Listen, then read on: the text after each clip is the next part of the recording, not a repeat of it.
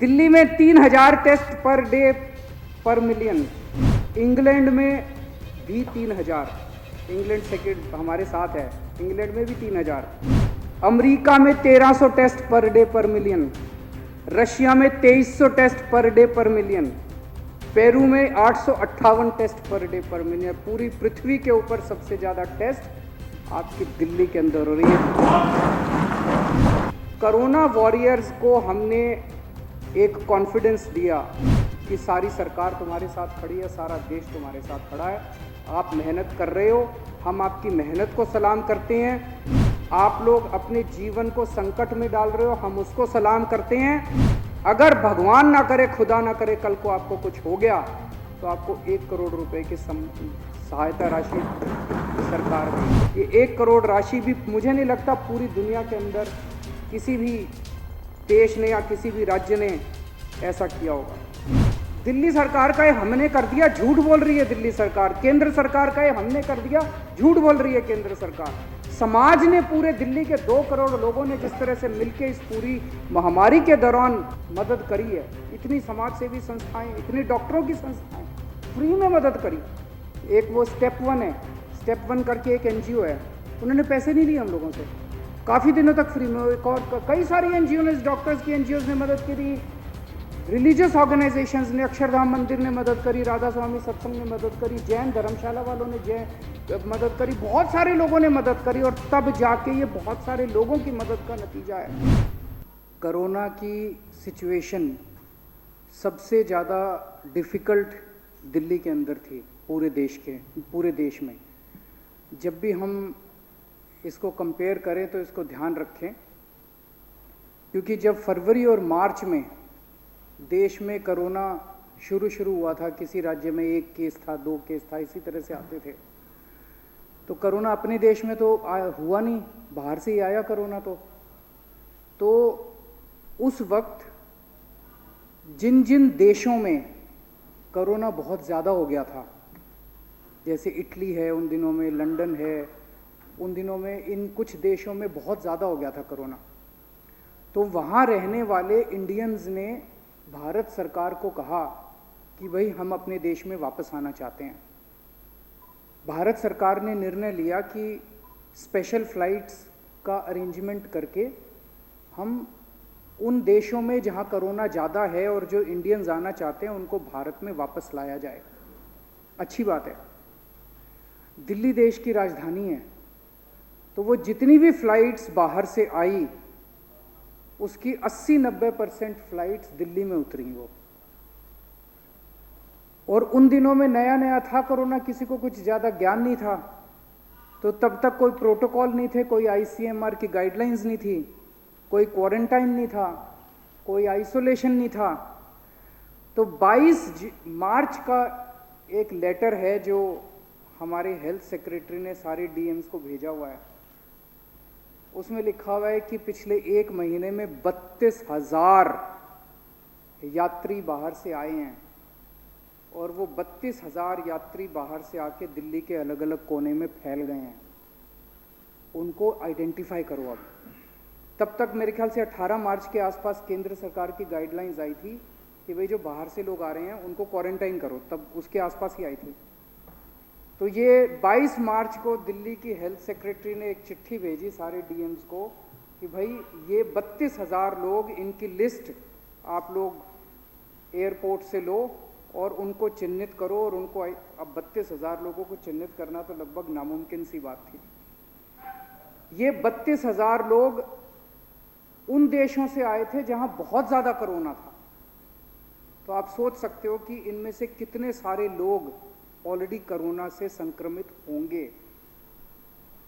5,000, 6,000, 7,000। तो दिल्ली ने 0 से शुरू नहीं करा, दिल्ली ने वहाँ से शुरू करा, 5 या 6,000 केस से तो शुरू करा दिल्ली ने। और उसके बाद लॉकडाउन हो गया, नया नया था कोरोना। मेरे को याद है उन दिनों में कोई किट नहीं थी, कोई टेस्टिंग किट नहीं थी, कोई PP किट नहीं थी, कोई टेस्ट होते ही नहीं थे। तो ये लोग चारों तरफ फैल गए, कोई टेस्टिंग नहीं हो रही थी, कुछ नहीं हो रही थी, और इन्होंने कितना कोरोना फैलाया होगा ये आप अंदाज़ा लगा सकते हो। वहाँ से दिल्ली ने शुरू करा और दिल्ली ने धीरे धीरे करते करते कोरोना पे काफ़ी हद तक, मैं ये नहीं कह रहा कि स्थिति कंट्रोल में पूरी 100% है, काफ़ी हद तक दिल्ली ने कोरोना को कंट्रोल किया। और इसमें मैं हर जगह कहता हूँ कि ये केवल और केवल एक ही चीज़ का नतीजा है, वो है टीम वर्क। हमने ये जल्दी महसूस कर लिया कि ये इतनी बड़ी महामारी है कि अकेले के बस की बात नहीं है। अगर दिल्ली सरकार इस अहंकार के अंदर रहती कि हम करेंगे और हम अकेले करेंगे, तो ये कोरोना कंट्रोल होने वाला नहीं था। हमने सबकी मदद ली, हमने केंद्र सरकार की मदद ली, और आज इस सदन के माध्यम से मैं केंद्र सरकार का शुक्रिया अदा करना चाहता हूं कि उन्होंने जब हमने शुरू में हमारे पास पीपी किट नहीं थे, उन्होंने दिए, हमने मांगे उन्होंने दिए। हमारे को ऑक्सीजन सिलेंडर नहीं थे, हमने मांगे उन्होंने दिए। हमारे पास टेस्टिंग किट्स नहीं थे, हमने मांगे उन्होंने दिए। बहुत जब हमने उनसे जो मदद मांगी उन्होंने हमारी मदद करी। समाज ने भी बहुत मदद करी। अकेले कोई एक सरकार इसको नहीं कर सकती। दिल्ली सरकार का ये हमने कर दिया, झूठ बोल रही है दिल्ली सरकार। केंद्र सरकार का ये हमने कर दिया, झूठ बोल रही है केंद्र सरकार। समाज ने, पूरे दिल्ली के 2 करोड़ लोगों ने जिस तरह से मिलकर इस पूरी महामारी के दौरान मदद करी है, इतनी समाज सेवी संस्थाएं, इतनी डॉक्टरों की संस्थाएं फ्री में मदद करी। एक वो स्टेप 1 है, स्टेप 1 करके एक एनजीओ है, उन्होंने पैसे नहीं लिए हम लोगों से, काफी दिनों तक फ्री में। एक और कई सारी एनजीओ ने, डॉक्टर्स की एनजीओ ने मदद करी, रिलीजियस ऑर्गेनाइजेशंस ने, अक्षरधाम मंदिर ने मदद करी, राधा स्वामी सत्संग ने मदद करी, जैन धर्मशाला वालों ने मदद करी, बहुत सारे लोगों ने मदद करी। और तब जाके ये बहुत सारे लोगों की मदद का नतीजा है। तो मेरा एक, तो मैं अभी देख रहा था, वो कह रहा था ना हमने करी, वो कह रहा था ना हमने करी। मेरा बार बार ये कहना है कि सबने मदद करी। हमारी एक कमजोरी है अध्यक्ष महोदय, आम आदमी पार्टी में हमको राजनीति करनी नहीं आती, और ये कमजोरी हमारी इस वक्त सबसे बड़ी ताकत बन गई कि हमें राजनीति करनी नहीं आती। तो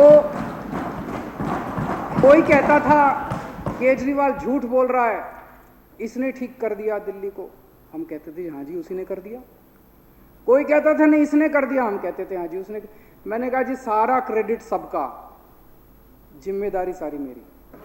दिल्ली के लोगों ने मेरे को चुन के भेजा है, और अगर दिल्ली में कहीं भी किसी भी तरह की कोई दिक्कत आती है तो वो मेरी जिम्मेदारी मेरी। आज दिल्ली मॉडल की चर्चा पूरे देश में और पूरी दुनिया में हो रही है। ये केजरीवाल की वजह से नहीं है, ये दिल्ली मॉडल हमारी वजह से नहीं है, ये दिल्ली के 2 करोड़ लोगों की मेहनत का नतीजा है कि आज दिल्ली मॉडल की चर्चा पूरे देश और पूरी दुनिया के अंदर हो रही है। और आज सबसे बड़ी ताकत दिल्ली के लोगों की क्या है? सबसे बड़ी ताकत दिल्ली के लोगों की है कि आज दिल्ली के लोगों के पास एक अच्छी नीयत की सरकार है। आज दिल्ली के लोगों के पास एक ईमानदार सरकार है। आज दिल्ली के लोगों के पास एक मेहनती सरकार है। आज दिल्ली के लोगों के पास एक पढ़ी लिखी सरकार है। ये सबसे बड़ी ताकत है दिल्ली के लोगों की। अध्यक्ष महोदय, पिछले 5-6 महीने में दिल्ली के लोगों ने कई मायनों में इस कोरोना मैनेजमेंट में कई चीजों में देश को नहीं पूरी दुनिया को राह दिखाई है। आज मेरे को इस सदन को कहते हुए बड़ी खुशी हो रही है। इस पृथ्वी के ऊपर सारे देशों को मिला के सबसे ज्यादा टेस्ट दिल्ली के अंदर हो रहे हैं, सारे देश मिला के। आज दिल्ली में 60,000 टेस्ट डेली हो रहे हैं। 2 करोड़ जनसंख्या है, तो अगर 10 लाख लोगों पे कैलकुलेट कर लो, छोटा सा ही कैलकुलेशन है, तो 3,000 के करीब टेस्ट पर डे, पर 10 लाख लोगों पे 3,000 टेस्ट डेली हो रहे हैं। नहीं, वो तो पर मिलियन टोटल है, मैं टोटल नहीं कह रहा, मैं पर डे कह रहा हूं। पर डे जो है 3,000 टेस्ट पर डे है। 60,000 टेस्ट, 2 करोड़ जनसंख्या। इसके कंपैरिजन में फर्स्ट दिल्ली है पूरे देश में। पहले देश की फिगर्स देता हूं। नेक्स्ट सेकंड जो है दिल्ली में 3000 पर डे पर 10 लाख। नेक्स्ट आंध्र प्रदेश है 1300 पर डे पर 10 लाख। उसके बाद गुजरात है 1000 टेस्ट, हमसे 1/3। फिर कर्नाटका 983, हरियाणा 990, महाराष्ट्र 802, उत्तर प्रदेश 670 और पूरे देश की एवरेज है 819। तो जितने टेस्ट दिल्ली में हो रहे हैं सेकंड नंबर पे जो है उसके 1/3 टेस्ट हो रहे हैं। टेस्ट की क्या अहमियत है ये भी मैं इसके ऊपर आऊंगा। दिल्ली में 3000 टेस्ट पर डे पर मिलियन। इंग्लैंड में भी 3000, इंग्लैंड सेकंड हमारे साथ है, इंग्लैंड में भी 3000। अमेरिका में 1300 टेस्ट पर डे पर मिलियन। रशिया में 2300 टेस्ट पर डे पर मिलियन। पेरू में 858 टेस्ट पर डे पर मिलियन। पूरी पृथ्वी के ऊपर सबसे ज्यादा टेस्ट आपकी दिल्ली के अंदर हो रही है।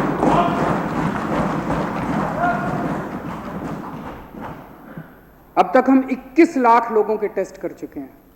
11% दिल्ली की आबादी का टेस्ट कर चुके हैं। पूरी दुनिया के अंदर ऐसा कोई देश नहीं है, कोई शहर नहीं है जिसने अपनी पूरी पॉपुलेशन का 10% लोगों का टेस्ट कर लिया हो। अभी विजेंद्र गुप्ता जी ने, मेरे भाई हैं, उन्होंने कहा कि वहाँ फलानी जगह कहीं टेस्ट की कोई, मेरे विपक्ष के और हमारे सबके से विनती है, मैं ये नहीं कह रहा कि दिल्ली के अंदर कोरोना 100% मैनेजमेंट सही हो रहा है। हमारी 100 गलतियाँ हैं, उन गलतियों को हम सबको मिलके ठीक करना है। आपकी भी जिम्मेदारी है, हमारी भी जिम्मेदारी है, आपको भी चुन के भेजा है लोगों ने। तो कहीं दिल्ली के अंदर हमारी कोई कमी नज़र आए, आप सीधे मेरे को फ़ोन कर दो, सीधे सतेंद्र जैन को फ़ोन कर दो, उसको ठीक करेंगे, हम मिलके ठीक करेंगे उसको। ये टेस्ट करना क्यों जरूरी है? ये टेस्ट करना इसलिए जरूरी है, जैसा आप खुद ही बता रहे हो, सीरो सर्वे के अंदर आया भी 60 लाख लोगों को ऑलरेडी होके ठीक हो चुका। इसका मतलब हम जितने टेस्ट करते हैं, जितने भी टेस्ट कर लो कम पड़ेंगे, जितने भी टेस्ट कर लो। हमारा बस चले तो एक दिन 2 करोड़ लोगों को टेस्ट करा के सारों को आइसोलेट कर दो, कोरोना खत्म हो जाएगा। लेकिन इतने टेस्ट हो नहीं सकते, इतनी कैपेसिटी नहीं है। तो जितने हम टेस्ट बढ़ाएंगे नंबर उतने ज़्यादा आएंगे ही आएंगे। लेकिन उस नंबर से नहीं घबराना, मौत से घबराना है। अगर मौत ज़्यादा हो जाए, अगर लोगों को कोरोना हो रहा है ठीक हो रहे हैं, कोरोना हो रहा है ठीक हो रहे हैं, कोई बात नहीं। लेकिन अगर मौत ज़्यादा हो रही है तब घबराने की ज़रूरत है। वो मौत हम लोगों ने बड़ी मेहनत करके एक हॉस्पिटल का माइक्रो ऑडिट करवाया हमने। यहाँ एम्बुलेंस जब पहुँचती है, कितनी देर में मरीज अंदर पहुँचता है, बेड मिलता है, उसको ऑक्सीजन दी जाती है, उसको कितना वेट करना पड़ता है। एक अस्पताल का माइक्रो मैनेजमेंट करके आज दिल्ली के अंदर डेथ रेट 0.68% है, जो मैं समझता हूँ ये भी शायद पूरी दुनिया में सबसे कम डेथ रेट होगा। पूरी दुनिया में कहीं इतना कम डेथ रेट नहीं है। तो पहली चीज़, पूरी दुनिया में सबसे ज़्यादा आइस टेस्टिंग आज दिल्ली के अंदर हो रही है। दूसरा, पूरी दुनिया में पहली बार होम आइसोलेशन का आइडिया दिल्ली के अंदर आया। ये कैसे आया? कोरोना तो नया था, किसी को पता नहीं था कोरोना का मैनेजमेंट कैसे करना है, कोरोना कैसे बिहेव करता है, क्या करता है। हमने देखा कि दूसरे देशों से तस्वीरें आ रही थी, कहानियाँ आ रही थी, इंटरनेट के ऊपर हम खूब स्टडी किया करते थे। इटली के अंदर सुनते थे, स्पेन के अंदर सुनते थे, दूसरे यूरोपियन कंट्रीज़ के अंदर सुनते थे कि सारे अस्पताल भर गए, सड़कों के ऊपर मरीज पड़े हैं, सीरियस मरीज सड़कों के ऊपर पड़े हैं, अस्पतालों में जगह नहीं है, बरामदे के ऊपर। हमें लगता था यार यूरोपियन कंट्रीज़ में अगर ये हाल है तो हमारे देश के अंदर जब ये फैलेगा तो क्या हाल होगा। तो जब वहाँ स्टडी किया तो पता चला कि जो पॉजिटिव आए उसको अस्पताल में भर्ती करा देते हैं, जो पॉजिटिव आए उसको अस्पताल में। तो महामारी है, लोग तो बहुत बड़ी तेजी के साथ संक्रमित होते जा रहे हैं। इतने तो बेड किसी भी देश में नहीं होंगे, चाहे कोई कितना भी डेवलप्ड कंट्री हो, इतने बेड कहाँ से आएंगे। तब हम लोगों ने सोचा कि इसको 2 पार्ट में बांटना पड़ेगा। जो लोग एसिम्टोमेटिक है, जिनको कोई सिम्टम नहीं है, उनको अस्पताल की क्या ज़रूरत है। जो माइल्ड सिम्टम वाले हैं, जिनको ज़्यादा अस्पताल की दिक्कत नहीं है, उनको क्या ज़रूरत है। तो हमने ये तय किया कि जितने एसिम्टोमेटिक है और जो माइल्ड सिम्टम वाले हैं, उनका इंतजाम घर में होना चाहिए। उनका इंतजाम घर में करने से 2 फायदे हुए। एक फ़ायदा तो ये हुआ कि पहले लोग टेस्टिंग नहीं कराते थे, हिचकते थे कि अगर पॉजिटिव आ गए सरकार उठा के क्वारंटाइन सेंटर में डाल देगी। कोई क्वारंटाइन सेंटर में नहीं जाना चाहता, तो लोग अगर एसिम्टोमेटिक या माइल्ड सिम्टम वाले होते थे वो कहते थे यार टेस्ट ही मत कराओ।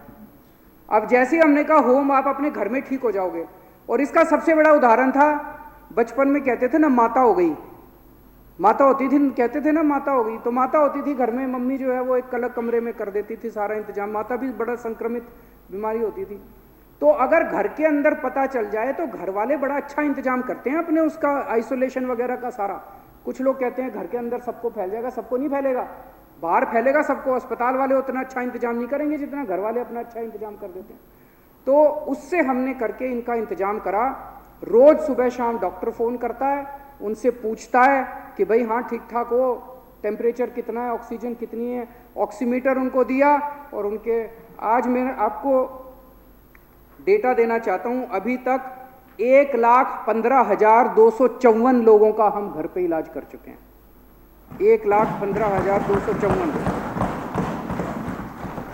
इनमें से 16,568 लोग अभी फिलहाल होम आइसोलेशन में हैं और 96,288 लोग ठीक हो चुके हैं घर में। 1,15,254 में से आप सोचिए डेथ कितने लोगों को हुई है? मात्र 30 लोगों की। 1.25 लाख लोगों में से मात्र 30 लोगों की होम आइसोलेशन में डेथ हुई है। ये फिगर आती है 0.03%। शायद पूरी दुनिया के अंदर इतनी लो डेथ रेट कहीं नहीं होगी। इतना सक्सेसफुल होम आइसोलेशन प्रोग्राम है और अब इस होम आइसोलेशन प्रोग्राम की पूरी दुनिया के अंदर चर्चा हो रही है। और बहुत सारे देश अब दिल्ली के, वो जैसे इन्होंने संजीव झा ने बताया, कोरिया के एम्बेसडर ने कहा कि दिल्ली का होम आइसोलेशन मॉडल पूरी दुनिया को स्टडी करने के लिए है। तीसरी चीज जो हमने करी उसका जिक्र कम होता है, लेकिन मेरे को ये लगता है कि कोरोना वॉरियर्स को हमने एक कॉन्फिडेंस दिया कि सारी सरकार तुम्हारे साथ खड़ी है, सारा देश तुम्हारे साथ खड़ा है, आप मेहनत कर रहे हो, हम आपकी मेहनत को सलाम करते हैं। आप लोग अपने जीवन को संकट में डाल रहे हो, हम उसको सलाम करते हैं।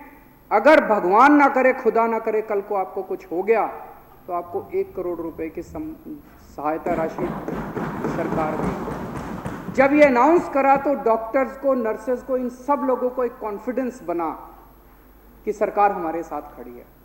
उनको ये लगा कि भगवान ना करे कल कुछ हो गया तो हमारा इंतजाम करने के लिए सरकार खड़ी है। ये 1 करोड़ राशि भी मुझे नहीं लगता पूरी दुनिया के अंदर किसी भी देश ने या किसी भी राज्य ने ऐसा किया होगा। और जैसा भी चर्चा हो रही थी, प्लाज्मा थेरेपी, अप्रैल और मई के महीने में हमने ट्रायल करने चालू किए थे पूरी दुनिया के अंदर। कहीं इसका मैंने एक आर्टिकल पढ़ा था कि चाइना के अंदर प्लाज्मा थेरेपी ट्राई की गई। तब हम लोगों ने इसके बारे में चर्चा करी, हमने केंद्र सरकार से परमिशन मांगी, हमें फेज़ 1, फिर फेज़ 2 और फिर फेज़ 3 की परमिशन मिली। हमने ट्रायल्स किए, अप्रैल और मई के महीने में हमने ट्रायल किए। और मुझे बहुत खुशी है कि 2 जुलाई 2020 को दुनिया का पहला प्लाज्मा बैंक ILBS में सेटअप किया गया और उसके बाद दूसरा प्लाज्मा बैंक LNJP में। तो हमने ट्रायल के दौरान ही इलाज करना तो अप्रैल मई से ही शुरू कर दिया था, प्लाज्मा का इलाज करना। जो ट्रायल की हमें परमिशन थोड़ी थोड़ी मिलती गई, लेकिन 2 जुलाई को हमें पहला वो मिला। और मुझे बेहद खुशी है कि हमने जो काम अप्रैल, मई, जून, जुलाई में शुरू कर दिया था, 19 अगस्त को अमेरिका के राष्ट्रपति प्रेसिडेंट ट्रंप ने ऐलान किया कि अब अमेरिका भी प्लाज्मा थेरेपी लागू करेगा। अभी तक अध्यक्ष महोदय 1965 लोगों को दिल्ली में प्लाज्मा दिया जा चुका, 1965 लोगों की जान बचाई जा चुकी है प्लाज्मा थेरेपी करके। मुझे बेहद खुशी है कि दिल्ली के लोगों को इस टाइम पूरे देश के, अपने देशवासियों का, बहनों भाइयों की सेवा करने का मौका मिल रहा है। आज दिल्ली के अस्पतालों, पूरे देश के अंदर लोगों को अगर भरोसा है तो दिल्ली के अस्पतालों के ऊपर भरोसा है।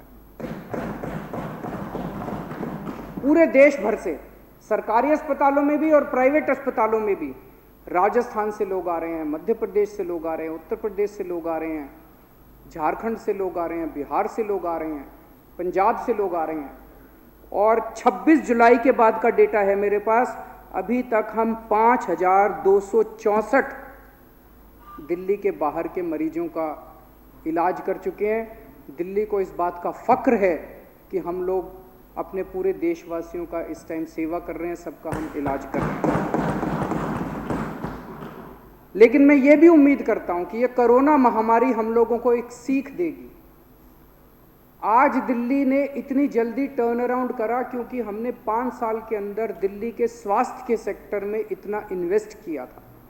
कुछ लोग कहते हैं अरविंद जी आप तो कहते हो हमने दिल्ली में अस्पताल ठीक कर दिए थे, फिर जून के महीने में आपके बेड की कमी क्यों हो गई फलान। दिल्ली कोरोना की महामारी एक स्पेशल किस्म का इलाज मांगती है। जैसे हमारा एलएनजेपी हॉस्पिटल में हार्ट की भी इलाज होता है, न्यूरो का भी इलाज होता है, इसका भी इलाज होता है, तो अलग अलग डिपार्टमेंट थे। कोरोना वाले में तो केवल ऑक्सीजन चाहिए, तो अब सारे डिपार्टमेंट खत्म करके सारे बेड्स को ऑक्सीजन बेड्स में कन्वर्ट करना पड़ा। सारे आईसीयूज को खत्म करके सारे आईसीयूज को केवल और केवल कोरोना के लिए। वो टर्न अराउंड इसलिए पॉसिबल हुआ क्योंकि हमारे पास बेसिक इंफ्रास्ट्रक्चर मौजूद था। तो वो टर्न अराउंड करके हमने दिल्ली के अस्पतालों को तुरंत टर्न अराउंड किया और उनको उसमें कन्वर्ट किया। तो आज मैं उम्मीद करता हूं कि कोरोना की महामारी से सीख लेके, जैसे दिल्ली ने 5 साल के अंदर हेल्थ इंफ्रास्ट्रक्चर में इतना इन्वेस्ट किया है, बाकी देश की राज्य सरकारें भी अपने अपने राज्य के अंदर हेल्थ के अंदर इन्वेस्ट करेंगी ताकि उनकी लोगों को अपना इलाज कराने के लिए दिल्ली आने की जरूरत, इतनी दूर आने की जरूरत ना पड़े। अध्यक्ष महोदय, इस टाइम ये बहुत बड़ी महामारी है और जैसा मैंने कहा कि अकेले कोई सरकार नहीं लड़ सकती, समाज को साथ आना पड़ेगा। आम आदमी पार्टी केवल चुनाव लड़ने के लिए नहीं बनी थी, आम आदमी पार्टी सत्ता के लिए नहीं बनी, आम आदमी पार्टी देश के लिए बनी है। आम आदमी पार्टी का एक एक कार्यकर्ता की एक एक सांस देश के लिए है। आम आदमी पार्टी का एक एक कार्यकर्ता, उसकी एक एक सांस, उसकी एक एक क्षण जो है वो देश के लिए समर्पित है। मैंने सभी कार्यकर्ताओं को कहा है कि इस टाइम डरो मत, अपने अपने घरों से बाहर निकलो। जो राज्य सरकारें, ये समय एक दूसरे के ऊपर आरोप प्रत्यारोप का नहीं है, सारी राज्य सरकारें अच्छा काम कर रही हैं, केंद्र सरकार अच्छा काम कर रही है, हमें किसी को क्रिटिसाइज नहीं करना। और हर राज्य के अंदर ऑक्सीमीटर उठा लो और ऑक्सीमीटर लेके घर घर जाके चेकिंग करो। जिसकी ऑक्सीजन, जैसे इन्होंने बताया, अगर इनके घर में ऑक्सीमीटर नहीं होता, इनकी तब तक टेस्टिंग नहीं हुई थी, हो सकता है उस रात इनके साथ कुछ अनहोनी ना हो जाती। ये तो ऑक्सीमीटर था, इन्होंने चेक कर लिया, पता चला 90 से कम थी ऑक्सीजन। 90 से कम ऑक्सीजन बड़ी क्रिटिकल होती है। तो अब ऑक्सीमीटर ले लेके सारे देश के अंदर आम आदमी पार्टी के कार्यकर्ता घर घर जा रहे हैं।